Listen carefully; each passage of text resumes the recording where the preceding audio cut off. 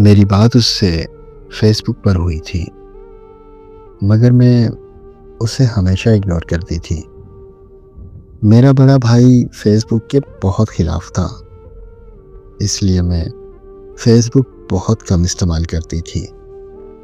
اس نے مجھے بہت فورس کیا کہ میری دوست بن جاؤ، صرف دوست، اس سے آگے کچھ نہیں۔ میں اس سے بہت کم بات کرتی تھی، پر اس کا اتنا اچھے سے میرے ساتھ پیش آنا مجھے بہت متاثر کرتا تھا۔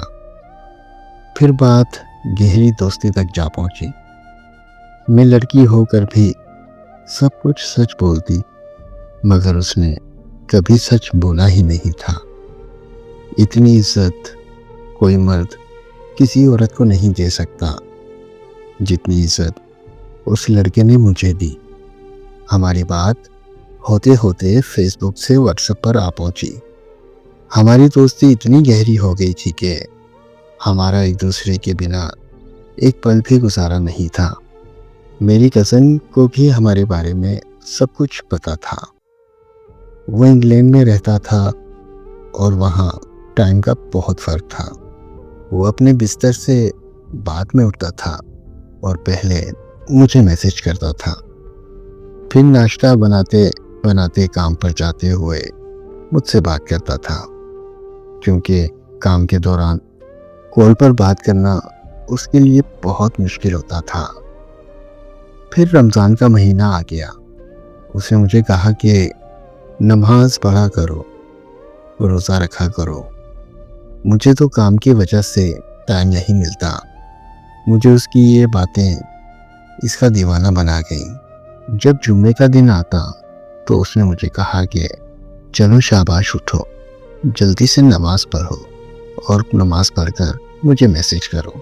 اسے میری آنکھیں بہت پسند تھیں۔ وہ ہمیشہ میری آنکھوں کی بہت تعریف کیا کرتا تھا۔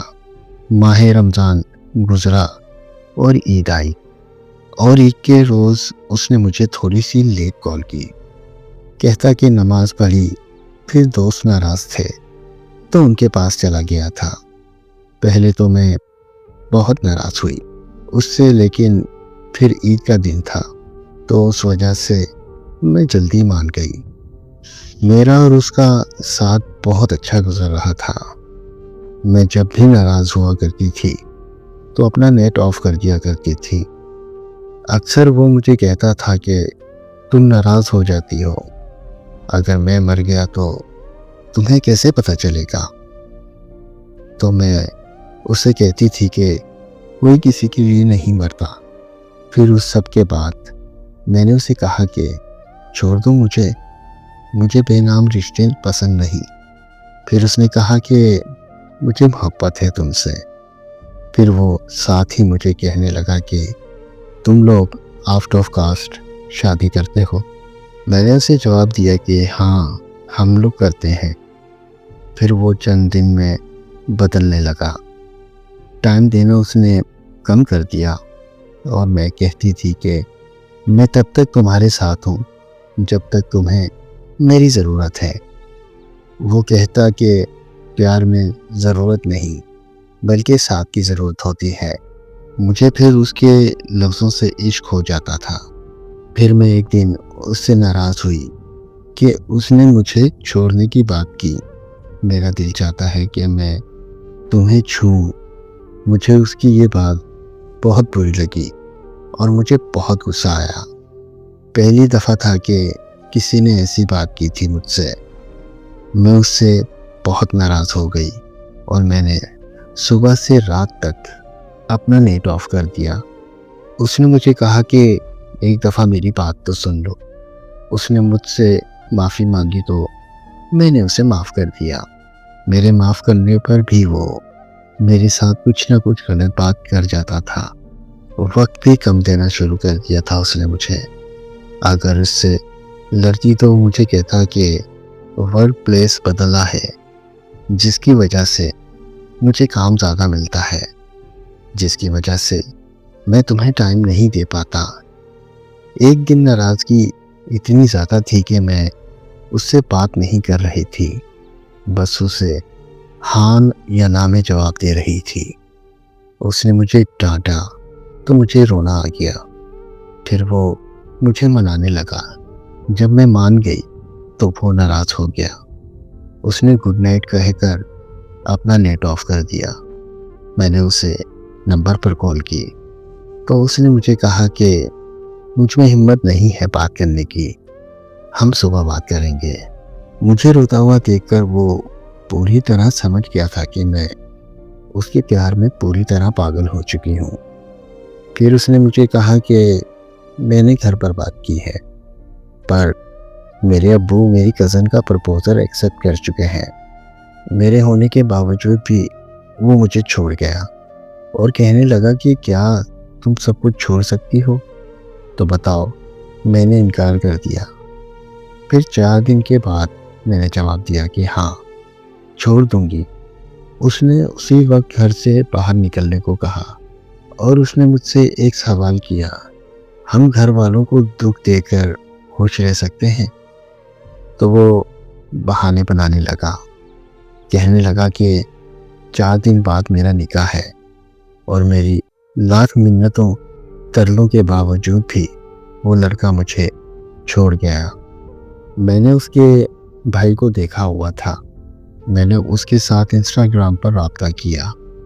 اس کے بھائی نے جو بتایا وہ بالکل اس کے برعکس تھا جو مجھے بتا رہا تھا کہ میرا 4 دن بعد نکاح ہے۔ اس کے بھائی نے مجھے بتایا کہ ایسی تو کوئی بات گھر میں نہیں ہوئی اور نہ ہی میرے بھائی کا نکاح ہو رہا ہے۔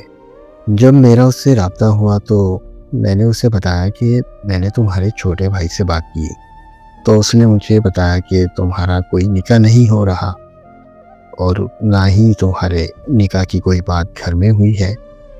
جب میں نے اسے یہ سب بتایا تو وہ صاف مکر گیا اور اس نے مجھے برا بھلا کہا، مجھے گالیاں دیں اور یہ سب کرنے کے بعد اس نے مجھے بلاک کر دیا اور اس کی آئی ڈی بھی میرے پاس لاگ ان تھی، حتیٰ کہ اس نے واٹس ایپ میسیج پر بھی بات کی تھی۔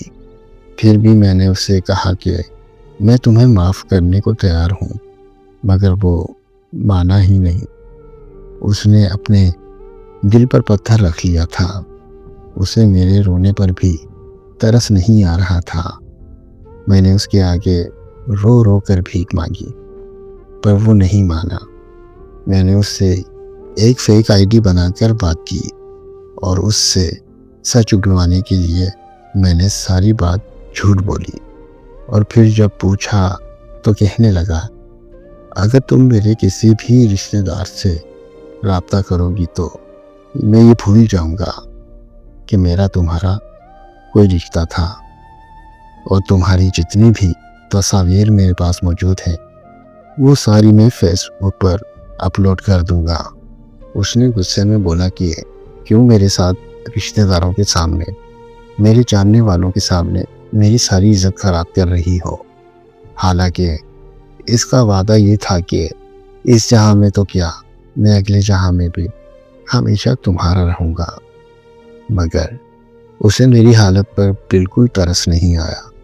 اس نے دوسری بار مجھے گالیاں دی، مجھے برا بھلا کہا، مجھے بد کردار کہا، اور یہ سب کہنے کے بعد مجھے ہر جگہ سے بلاک کر دیا اور یوں ہی مجھے لاوارثوں کی طرح مرنے کے لیے چھوڑ دیا۔ آج میں 22 سال کی عمر میں ایک بلڈ پریشر کی مریضہ بن چکی ہوں۔ اچانک بے ہوش ہو جاتی ہوں۔ اسے میری حالت کا پتہ بھی ہے کہ میں آج کس تکلیف سے گزر رہی ہوں، مگر پھر بھی اس نے آج تک مجھے مڑ کر نہیں پوچھا اور آج بھی کسی اور کے ساتھ رابطے میں ہے۔ میں نے اس کے دوسرے نمبر پر میسیج کیا تو اس نے مجھے پہچاننے سے صاف انکار کر دیا، اور تو اور اس نے اپنے گاؤں کا نام بھی صحیح نہیں بتایا۔ آج میں جس تکلیف سے گزر رہی ہوں یہ میں جانتی ہوں یا میرا رب جانتا ہے۔ بس اب میں انتظار میں ہوں کہ میرے اللہ نے مکافات عمل بھی ایسے ہی لوگوں کے لیے بنایا ہے۔